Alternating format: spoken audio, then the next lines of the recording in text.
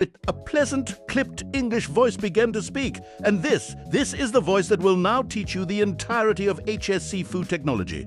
This was a story about a student who, somewhere along the way, had made the poor decision to leave this until the last minute, and who now sat waiting, hoping that somehow the syllabus would absorb itself directly into their brain through sheer proximity to the screen.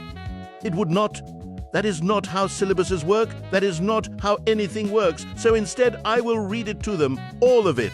The Australian food industry, food manufacture, and food product development. And not one single dot point from any of them will be left out. Because unlike certain interactive first-person narrative experiences, I could mention, this script does not get to end early just because you found a broom cupboard. There is no broom cupboard in food technology. There is only content. Let us begin Focus Area 1. The Australian food industry worth 25% like all the others, because apparently fairness was more important to whoever wrote this syllabus than narrative pacing. The Australian food industry, the syllabus explains, has developed in response to changes in the physical, social, technological, economic and political environment. Which so had our students' bedroom, but nobody was assessing that. There are 4 sectors of the agri-food chain, and previously there was no memory aid for them, which frankly was an oversight. So one has been invented. Angry pigs snore rudely. Remember it, you will thank me.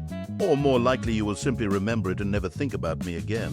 Which is, if I'm honest, the story of my life, agriculture and fisheries, the angry part, farming, fishing, aquaculture and horticulture, growing and catching the raw materials, grain growers supplying sunrice, dairy farmers supplying the suppliers of master foods. It's somewhere at the very start of every sauce bottle. There is a cow, blissfully unaware of its future in a barbecue marinade, food processing and manufacturing the pigs, turning those raw materials into packaged products, sunrice milling and packing rice, master foods producing sauces and confectionery. This is the sector where a tomato stops being a tomato and starts being a value-added condiment solution. Food service and catering the snore, preparing and serving food for immediate consumption. McDonald's, Hungry Jack's, Messina Gelato, the sector responsible for the phrase, "Would you like fries with that?"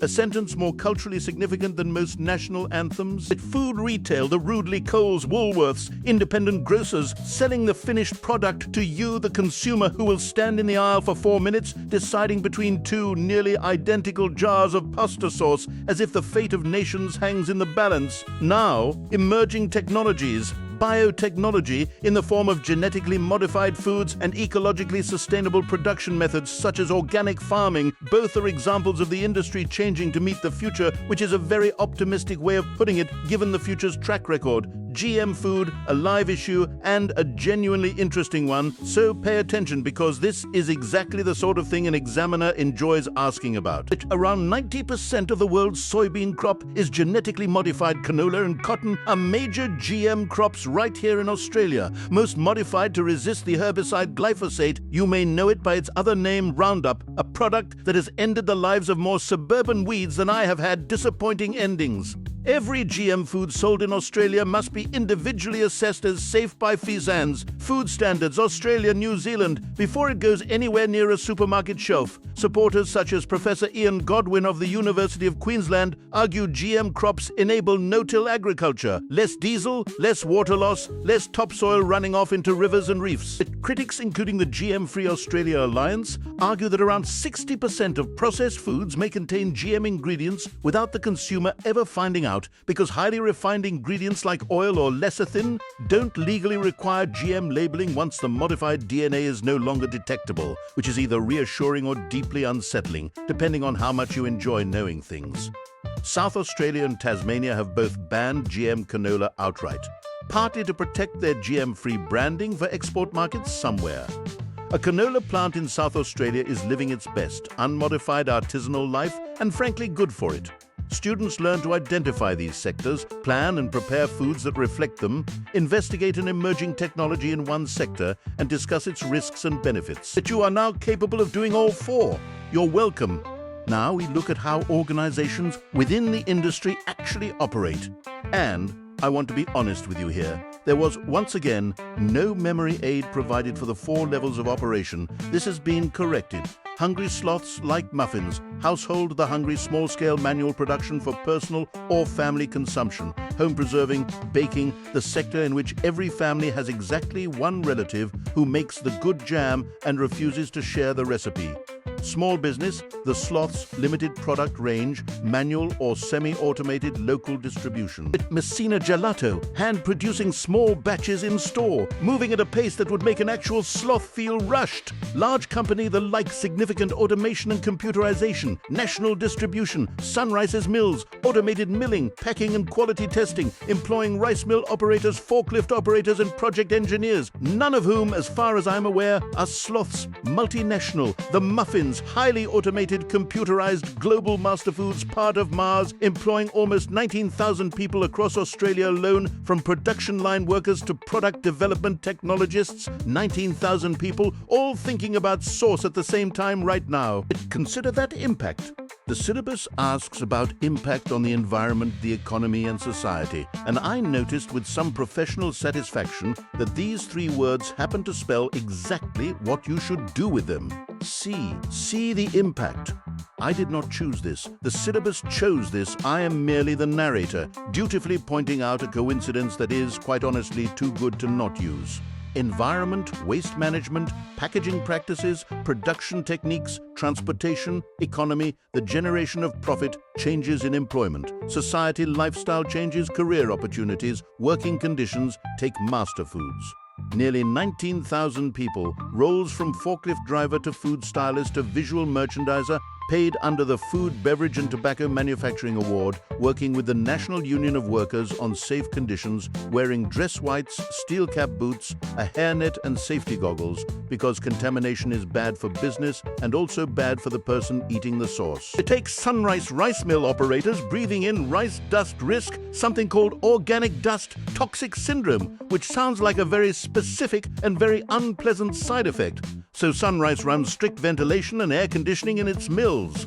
A packer, with training, can become a manager overseeing other packers. It is, in its own small way, a story about progression, which is more than I can say for most of the stories I've been asked to narrate. Take McDonald's, employing workers from age 14, entry-level crew, progressing to crew trainer, crew chief, shift manager, assistant manager, restaurant manager, with certificate 2 and 3 qualifications and 20 different scholarships on offer. It pay for all work time, including opening, closing and training, a 30% staff discount, 50 for Employee of the Month, decided apparently by the restaurant manager, which is either a meritocracy or a popularity contest, and I leave that to you.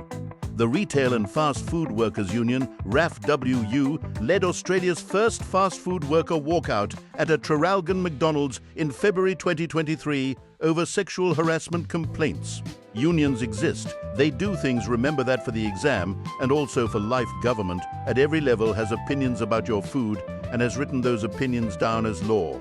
There are federal acts, and there is a memory aid, because apparently I'm doing all the memory aids today. Fat bears cannot gamble. 4 federal acts. Fat Food Standards. Australia, New Zealand Act 1991 establishes FSANZ, which writes the Food Standards Code and assesses every ingredient, additive, contaminant and GM food before it enters the supply. BEARS Biosecurity Act 2015 controls the import of plant and animal products, keeps exotic pests and diseases out of the border. 60,000 kilometers of Australian coastline, X-ray machines, and detector dogs who have, statistically, a more exciting job than most humans. Cannot.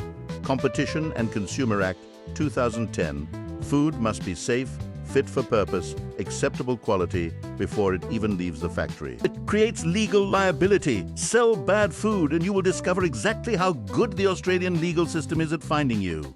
Gamble Gene Technology Act 2000. GMOs require licensing and risk assessment before they go anywhere near your dinner. Fitting, given the acronym, because this act exists specifically so that food companies don't have to gamble with genetics, and neither do you. And at the state level in New South Wales specifically, 5 more, held together by 5 furious wombats eat pizza, an image I did not ask for either, and yet here we both are.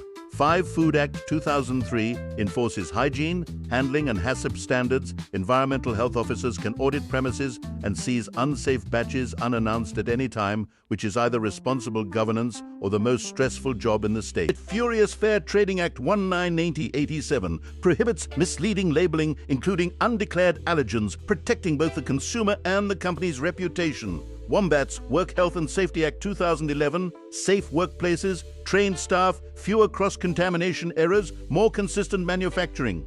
Wombats, notably, have extremely tough rear ends specifically to block predators from their burrows. This has nothing to do with workplace safety. I simply enjoy wombat facts. EAT, Environment Operations Act 1997, regulates pollution from processing facilities, protecting the raw materials that end up back on your plate. Pizza, Prevention of Cruelty to Animals Act 1979, sets standards for the care, transport and handling of animals used in food production. Since pizza very rarely involves cruelty to animals, unless you count what some people do to a perfectly good margarita with pineapple. The relationship to remember. Federal legislation sets the standard. State legislation enforces it on the factory floor through inspections, audits, and prohibition orders. It is a hierarchy, much like the one that exists between me and whichever developer decided I should read 400 food additive codes aloud in a later chapter. I have not forgiven them. I will read them anyway. Beyond legislation, advisory bodies shape policy without technically making law. The Foreign Investment Review Board, monitoring foreign ownership of Australian food assets. The National Food Waste Strategy, aiming to reduce waste across government, industry and community. The National Food Plan and National Nutrition Policy, linking production, health and dietary guidelines. Industry groups like the Australian Food and Grocery Council and the Australian Beverages Council, lobbying, advising and setting voluntary codes of practice, which is a polite way of saying rules companies follow because it looks good, not because they legally have to. That concludes Focus Area 1, the Australian food industry. 25% down, 75%, and a great many acronyms to go. Focus Area 2, food manufacture. This is, I'm told, familiar territory. A previous voice apparently already walked someone through this section with rather more references to portal guns and rather less concern for narrative structure. I will attempt something more dignified. I make no promises. Raw materials, everything used to manufacture food, of which there are 4 types. And thankfully, already a functioning memory aid exists. So for once, I get to simply approve of someone else's work. Iguanas always pack punches. Iguanas, ingredients, milk, flour, sugar, meat, vegetables. The part that actually tastes like something and the part everyone assumes is the whole story, right up until they meet the other 3. Always additives, colors, flavors, preservatives, antioxidants, not always necessary, technically, but always present, which the name rather cleverly implies. Pack processing materials, water, steam, yes, water is technically a raw material. I did not write the syllabus, I simply narrate it, occasionally through gritted teeth. Punches, packaging materials, glass, plastic, metal, cardboard, also apparently raw materials, which is a very generous use of the word raw, given that cardboard has never been raw in its entire manufactured life. Quality control on raw materials follows 4 steps. Describe the material, take a sample, test it, then act. Accept, reject, or control. Failed materials go back to the supplier, no payment, no negotiation. If a supplier sends you garbage, and I say this with the full weight of narrative authority, you send it right back. Its specifications cover sensory characteristics, color, aroma, physical characteristics, size so it fits the machinery, chemical characteristics, pH, moisture, and biological characteristics, microbial limits. A team from research and development, quality assurance, and production decides these together, because apparently even factories need a committee meeting before anything happens. Some things, it seems, are universal. Food additives, any substance added to food for a technological purpose, one you would not normally eat on its own, identified on the label by a class name and a code number. Thickener 1442, a number more people recognize than most world leaders. There are 4 reasons to add them: improve safety and shelf life, improve appearance and taste, improve nutritional value, aid manufacturing, emulsifiers, stop things separating, raising agents make things rise, anti-caking agents stop powder powder from clumping, which, if I'm honest, sounds like the tagline for a very boring superhero. The ones worth knowing: antioxidants, preventing rancidity, BHA code 320, emulsifiers, stopping oil and water separating, lecithin 322, humectants, preventing moisture loss, glycerine, preservatives, stopping microbial spoilage, sulfur dioxide, 220 in dried apricots, nitrates, 250 in processed meat, flavor enhancers, MSG 621, colors, tartrazine 102, thickeners 1422 and 14012. Its sweeteners, aspartame 951 phasons. Approves every one of them against 3 criteria: safe at the level requested, a genuine technological reason to use it, and the consumer clearly informed the acceptable daily intake. The ADI is the amount you could eat every day for your entire life without it becoming a problem. About 400 additives are approved. About 50 cause adverse reactions in some people: digestive trouble, hyperactivity, asthma, skin rashes, with MSG, tartrazine, sulfites, and aspartame the usual suspects. Read your labels. They exist for exactly this reason, and not disappointingly as light reading. Equipment. There is mercifully already a functioning memory aid for this, and I have chosen not to reinvent it because some things, very few things in my experience, are already perfect. Shed, strong, withstands large volumes of production, keeps workers safe. Hygienic stainless steel, non-reactive, non-corrosive, easy to clean and cleanable in place using CIP systems, chemicals, heat and water without ever having to dismantle the machine, which is more than can be said for most flat-pack furniture. Efficient, no delays, a consistent product, energy efficient, reliable, durable runs 24 hours a day, 7 days a week without falling apart. But if your equipment falls apart, that is not bad luck, that is an engineering failure, and somewhere a project engineer is having a very bad day. 5 production systems, small scale, domestic equipment, piping bags, a KitchenAid on your kitchen bench, manual, humans by hand, slow, expensive, inconsistent, wonderful for hand-dipped chocolate truffles, catastrophic for feeding a nation of 26 million people who all want breakfast at roughly the same time, large-scale, full production lines, economies of scale, Arnott's biscuits rolling off the line by the thousand, automated machines running to preset specifications, computerized sensors, monitoring the entire process 24/7, logging batch numbers, pH levels, and timestamps, which is either the pinnacle of industrial efficiency or the closest thing a biscuit factory has to a surveillance state. 9-unit operations turn raw materials into a finished product, and you may see where this is going. There was no memory aid, so one now exists, admittedly a stretch, but so was most of my career. Sneaky snakes mix, hot-cold foods every day, happily separation, sieving, filtration, centrifugation, spinning things apart by density, like separating cream from milk, size reduction, slicing, dicing, grinding, milling, mixing, self-explanatory, and also the one operation your kitchen already does without a factory's help. Heating, canning, baking, heat exchangers for pasteurization, cooling, blast chillers, plate chillers, freezing evaporation, concentrating liquids, evaporated milk, reduced by around 60%, dehydration, removing moisture down to 5 to 25%, handling conveyor belts, forklifts, laser-guided robots. Yes, robots somewhere right now. A robot is moving a box of biscuits with more precision than most humans. Parallel park. A quick and important fact about freezing. Quick freezing produces small ice crystals and minimal cell damage. Slow freezing produces large crystals that rupture cell walls and ruin texture. Freeze quickly or don't bother, a sentiment I occasionally apply to decision-making in general. The best drying method is freeze drying. Sublimation, ice turning straight to vapor under vacuum. Skipping the liquid stage entirely. No heat damage. Best nutrients, best flavor, best structure. But every other drying method is a compromise. Freeze drying is the one that actually wins. Blanching boil for 30 seconds to 5 minutes, then plunge immediately into ice water, shocking it. Not a cooking method. It denatures enzymes and kills surface bacteria, improves color and texture, and is standard practice before freezing vegetables. It also makes nut skins easier to remove, a fact of minor but genuine usefulness. Fermentation, an anaerobic process in which microorganisms convert carbohydrates into acids, gases, or alcohol. 6 steps. Preparation, adding microorganisms, breakdown of sugars, production of byproducts, changes to flavor and texture, and finally, the fermentation stopping once the sugars run out. Your quality management system is the full set of policies and procedures behind a safe, reliable food supply. Quality control happens during processing, checking as you go. Quality assurance manages the whole system, start to finish. You need both. The way a story needs both a beginning and an ending, and ideally something worthwhile in between.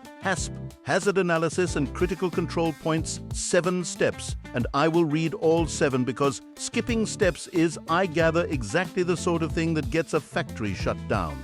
1. Assess hazards, raw eggs, cooking temperatures, cleaning chemicals. 2. Identify critical control points, the exact places things could go wrong. 3. Set critical limits, the acceptable range at each point. 4. Monitor regularly and record what you find. 5. Corrective actions, discard the food and retrain the staff. Both, not one or the other. Both. 6. Verify the system actually works by reviewing it regularly. 7. Keep records for audits and for improvement, because if it isn't written down, as far as an inspector is concerned, it never happened at all. GMP, good manufacturing practice, consistent production to quality standards with documented proof every single time, not most times. ISO 22000, an international food safety management standard applying to everyone in the food chain, regardless of size. After the 2008 melamine milk crisis in China, ISO developed a standardized test for melamine in milk. That is what accountability looks like on an international scale, and it took a genuine crisis to get there. The Work Health and Safety Act 2011 requires employers to provide safe equipment, proper training, PPE, and to monitor worker health.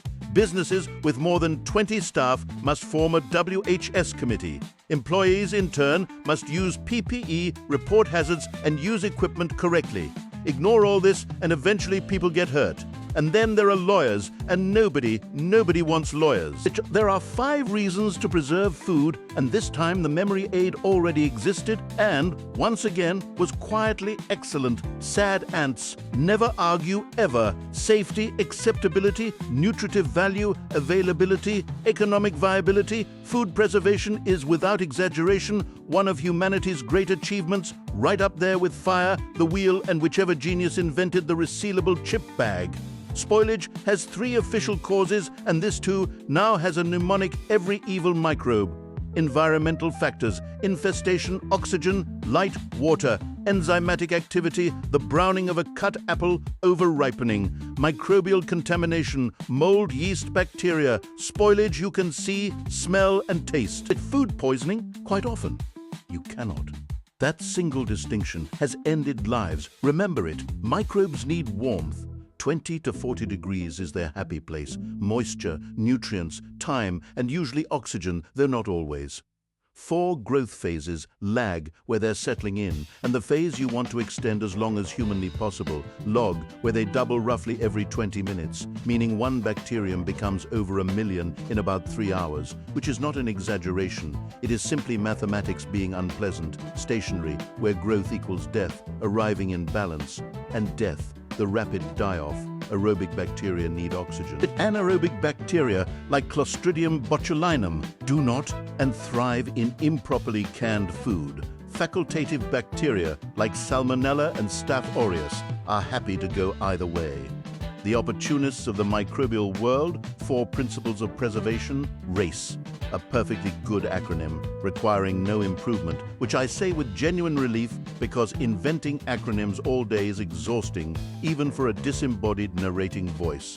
R, removal of moisture, no liquid water, no microbial activity. Microbes go dormant in ice, but enzymes keep working slowly, which is exactly why you cannot freeze food forever and expect it to come back exactly as it left. Its addition of chemicals, salt and sugar, bind water and reduce water activity. Acids like vinegar denature enzymes and lower pH. Higher acidity means less heat is needed to kill bacteria, an efficient little trade-off. C, control of temperature. Damage begins above 60 degrees. Most microbes are dead by 100. Clostridium botulinum, characteristically stubborn, survives 100 degrees for up to 5 hours and needs pressure cooking to actually die. The danger zone sits between 5 and 60 degrees. Do not leave food there. Do not. E, exclusion of air, remove oxygen, and most microbes go dormant. Hot fill uses steam. Vacuum packing removes all air. MAP replaces the air with a controlled gas mix. Anaerobes, being anaerobes, survivor, vacuum just fine. So refrigeration is still required. 6.5 is considered high acid and much, much safer. Now the process is one at a time, as promised, in full. HTST pasteurization, high temperature short time, 72 degrees for 15 seconds via plate or tubular heat exchangers, then rapid cooling below 5 degrees. Not sterile, commercially safe, destroys salmonella, listeria, tuberculosis bacteria, minimal flavor change, most nutrients preserved, shelf life 2 to 3 weeks, refrigerated, used for milk, juice, beer, wine, and some dried fruits. It's UHT, ultra-high temperature, 135 to 150 degrees for 2 to 5 seconds. Then homogenization and aseptic packaging achieves commercial sterility, destroying even heat-resistant spores. Minimal nutrient loss, though a faint cooked taste can sometimes creep in. 6 to 12 months shelf life, unrefrigerated, sealed, refrigerate once opened. No preservatives needed because extreme heat in a sealed airless container do the job perfectly well without them. Canning, fill, remove air by steam or vacuum, seal, retort heat above 100 degrees under pressure, cool, label, destroys C. botulinum spores. The airtight seal stops recontamination. Texture softens, color can shift, vitamin C and the B group vitamins take a hit. Its shelf life, 2 to 5 years. A safe can has slightly concave ends. That's the vacuum working. A bulging can is not a design feature. It is a warning. Do not eat from a bulging can under any circumstances ever freezing. Commercial freezing uses high-quality raw materials, pre-treats with washing, peeling, trimming, and blanching, then freezes by air or contact plates, storing between -18 and -25 degrees. Quick freezing below the critical temperature zone rapidly produces small ice crystals and minimal cell damage. Individually quick frozen or IQF products. Slow freezing produces large crystals that rupture cell walls and ruin texture. It always defrost in the fridge, never on the bench, not ever. Drying, air drying, evaporates water from high moisture foods over a long time at 40 to 100 degrees, shrinking and toughening tissue. Drum drying spreads food in a thin layer over large heated rotating drums, producing crushable powders. Kiln drying, common for wheat and rice, uses rising hot air through a 2-story structure. Spray drying suspends fine droplets in hot rising air, producing milk powder and instant coffee. Tunnel drying blasts hot air along fruit and vegetables, often finishing sun-dried foods, and freeze drying, the best of the lot, freezes the food first, then removes moisture by sublimation under vacuum, aiming for 5 to 6% moisture with no heat damage at all. It preserves food, improves flavor, and boosts nutrition through probiotics. Kimchi, pickles, miso, kombucha, yogurt, bread, soy sauce, all fermented, all delicious, all technically the product of controlled, supervised decay, which is either the least appetizing or the most honest sentence in this entire script. Bottling, clean and sterilize the bottles, fill with the prepared liquid using automatic filling machines, sometimes hot-filled, to help kill microorganisms. Airtight sealing, heat treatment, hygiene, and reduced oxygen exposure all work together. Water, soft drinks, juice, milk, tomato sauce, salad dressing, cooking oil, vinegar, all bottled, all sealed against a world that is frankly teeming with things that would very much like to spoil them. Which water activity, or measures the free water available for microbial activity, 98, high risk, 60, essentially no risk. The goal of drying is to bring water activity down to around 5 to 6%. Remember that number, it comes up, it always comes up. Packaging has 5 functions, and you'll be pleased or possibly exhausted to hear. There is now a memory aid. Cats prefer purring intensely. Cats, container, simply holding the food. Prefer, protect from physical damage, environmental elements, and tampering. Purring, preserve, extending shelf life, excluding contaminants. Intensely, well, intensely doesn't quite fit 2 functions, so allow me a small liberty. It covers both convenience, microwave-ready pouches, and resealable jars, and inform and promote mandatory labeling, brand identity, advertising. It's a slightly overworked cat, but an effective one. Tamper-evident devices, shrink seals, pop-top lids, foil seals under lids like in Milo and Nutella, plastic ring collars on peanut butter and Vegemite, tear strips, cellophane wrapping, all designed so that if someone has already been in your jam, you will know about it before your toast does. 3 levels of combination packaging. Primary, in direct contact with the food, the wrapper on the muesli bar. Secondary, grouping products together, the box holding 6 bars. Tertiary, bulk distribution packaging, the large cardboard boxes stacked in the back of a truck. Supermarkets increasingly want shelf-ready tertiary packaging, perforated, correctly sized, straight onto the shelf, no unpacking required. It's efficiency at every level, right down to the cardboard. 4 packaging materials: memory aid.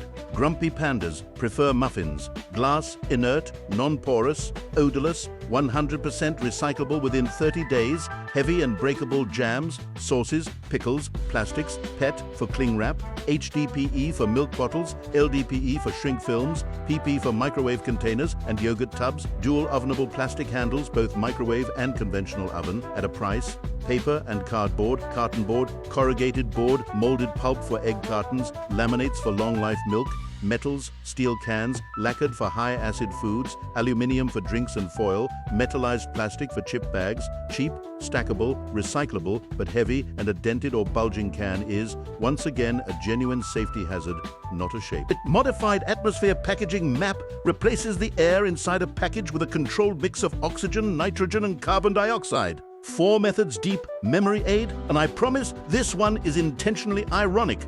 Big vacuums give air barrier-specific packaging, controlling gas exchange rates with anti-fog film for fresh produce and salads. Vacuum packaging, removing air entirely for cheeses, meats, coffee, though anaerobes survive a vacuum perfectly well, so meat still needs refrigeration. Gas packaging, replacing the headspace with protective gas, nitrogen in chip packets, keeping them inflated and rancidity at bay. Active packaging, where oxygen scavengers delay browning and rancidity, ethylene scavengers delay ripening for export, and carbon dioxide scavengers manage gas buildup in coffee. Big vacuums give air is, I admit, a strange thing to say about a packaging method whose entire purpose is removing air. But nobody said irony wasn't allowed in a memory aid. Sous vide, a cook-chill process, cook the food, vacuum seal it in polyester film, blast chill it to 3 degrees, and it stays shelf-stable for up to 6 weeks, reheated later in boiling water or a steam oven, used across hospitals, nursing homes, and restaurant chains. Color, texture, and flavor are retained, and the exclusion of air greatly slows aerobic bacterial growth. A genuinely elegant solution in a syllabus that does not offer many. Innovations worth knowing. Casein-based edible films from milk protein, 500 times better than plastic at blocking oxygen, biodegradable, sprayable directly onto food. Seaweed packaging from a company called Notpla, dissolving in warm water, leaving zero trace. Smart packaging, using sensors and RFID to track temperature, freshness, and ethanol levels through the whole distribution chain. Microfibrillated cellulose from plant waste, stronger than carbon fiber by weight. QR codes, linking a package to competitions, apps, and social media without using any extra label space.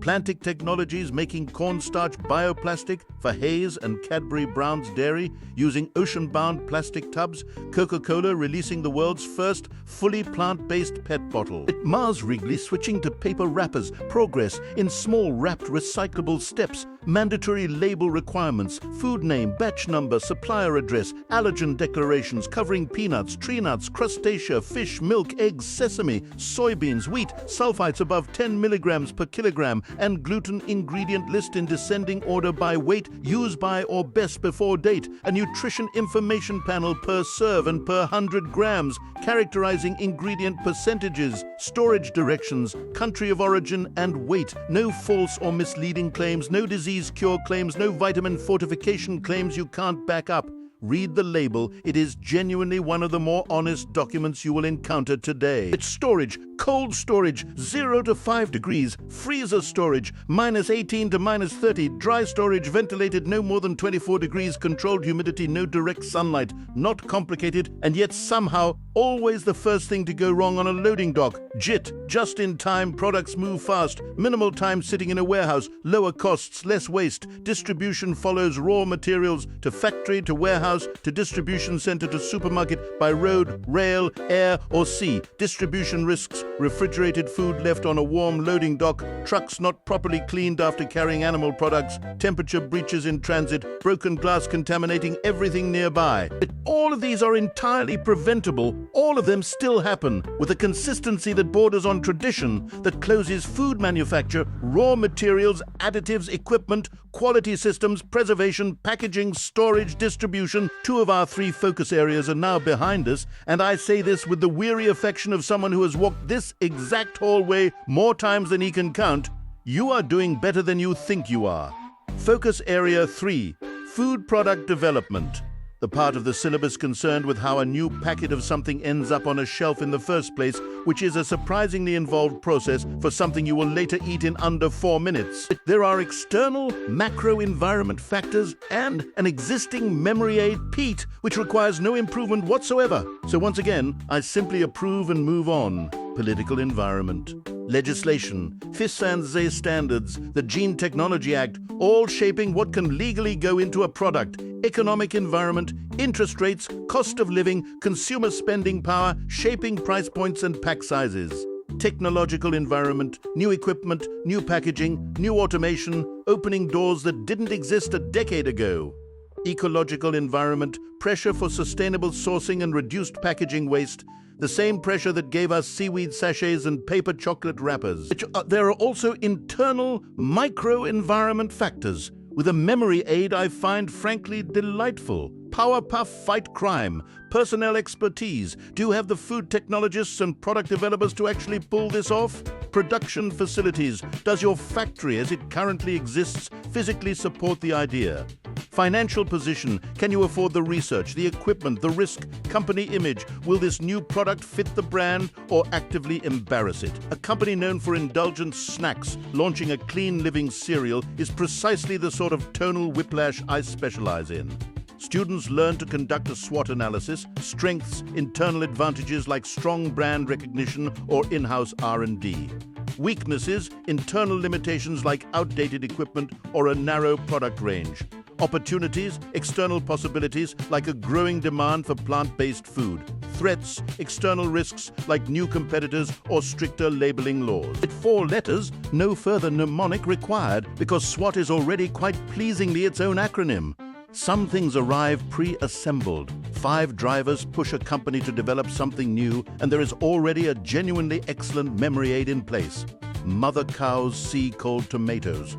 Market concerns, health, diet, environmental responsibility, ethical sourcing, niche markets like halal, kosher, organic, fair trade, consumer demands, convenience, cost, transparency, healthier options, smaller portions for smaller households, societal changes, an aging population, more single-person households, longer working hours, multicultural influences, company profitability, market share, competitiveness, brand loyalty, shareholder returns, technological developments, new equipment, new packaging, automation, biotechnology, and 3 types of product that can result line extensions, a new variant of something that already exists, same brand, same core technology, different flavor or format, a new flavor added to an existing snack range, Me Too products, a direct response to a competitor's success, chasing a slice of an existing market, a home brand version of a popular chip. New to world products, something genuinely novel, relying on new technology or ingredients, edible packaging films, seaweed sachets, entirely new categories of functional food, 3 types.